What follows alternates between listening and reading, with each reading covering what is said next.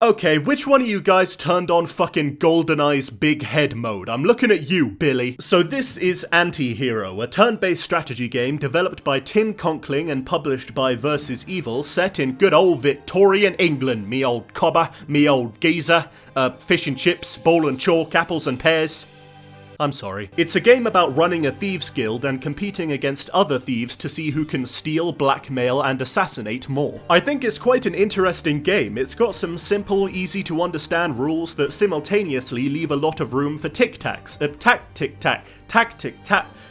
Tactic strategy. Its single-player campaign is pretty fun. It takes place in the standard evil Victorian London setting where everyone is either rich, corrupt fat cats or poor beggars who live off of scraps and the moisture they suck out of drain pipes. You start out playing as a thief called Lightfinger who's tired of all of the corruption and greed and endless fucking top hats, so he decides he's gonna take his thieves guild all the way to the top. Now, I did like the story overall, but it's clear that it's not the main focus of the campaign. All you really get is an illustration with an admittedly nice narration over it every 2 missions or so, which is absolutely fine. But in one of the trailers I saw for this game, it mentioned a story-driven campaign of backstabbery and revenge. Yeah, no offense, Mr. Conkling, but if this is a story-driven campaign, then I'm a YouTube superstar.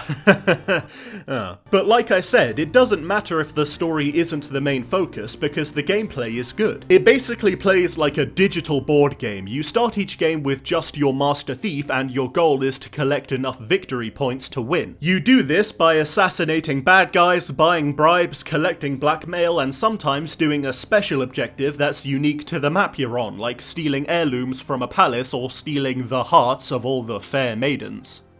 Literally. You got 2 types of resources. You got lanterns, which are used to buy upgrades and the ability to purchase new characters, and gold, which you use to buy said characters. Who would have fucking thunk it? And the characters you can buy each have their own abilities and things they can do. There's the urchin, who can infiltrate buildings to give you rewards like gold, lanterns, or blackmail. The gang, who can attack people and clear urchins from buildings. The thug, who can be a really good skateboarding game.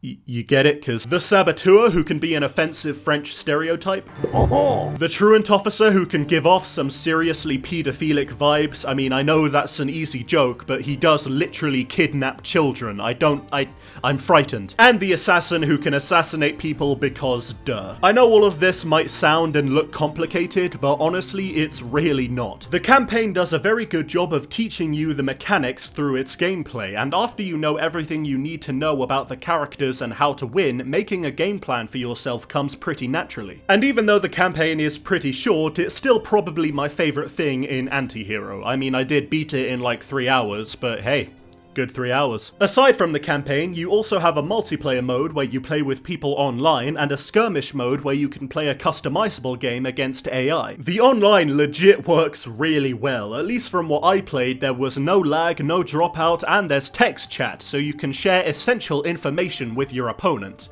Like that. You got 2 different modes you can do. There's live play, which is the standard you take a turn, then they take a turn, and there's a time limit for each turn sort of thing. Or there's casual play, where you don't have to be playing with someone who's even online, and they can take their turn when they next play, and you can take your turn when you next play, and I just really don't get this one. I mean, I'm sure there are people who like this, and that's fine, but personally, I don't see the appeal. I mean, I get pissed off when my microwavable chicken bits take too long. You think I have the patience for this? And the skirmish mode is good too. It's basically just a regular game where you can choose the map and edit the rules. I think it's a good way to enjoy the game if you're done with the story and don't have the patience for online. Plus, you can change it so that you start out with all the money. So yeah, in conclusion, Antihero is pretty good. Like I said, it's got a fun, board gamey sort of vibe, which I like quite a lot. I also think it's quite a charming game. I like its simple, cutesy art style, the silly, over-the-top voice acting, and the fact that each character has their own unique look and feel, so much so that you can tell exactly who is who from their silhouette alone. Plus, it's literally like £10 on Steam right now. That's like, what, half of what you would pay for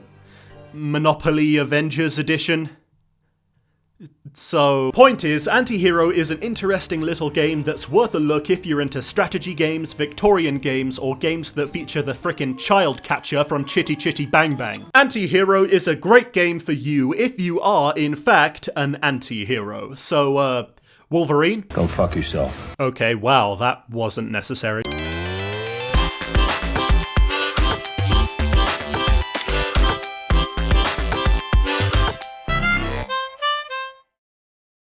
Dude, there are so many fucking weird Monopoly spin-off games. I don't get it. I don't see the wait a minute.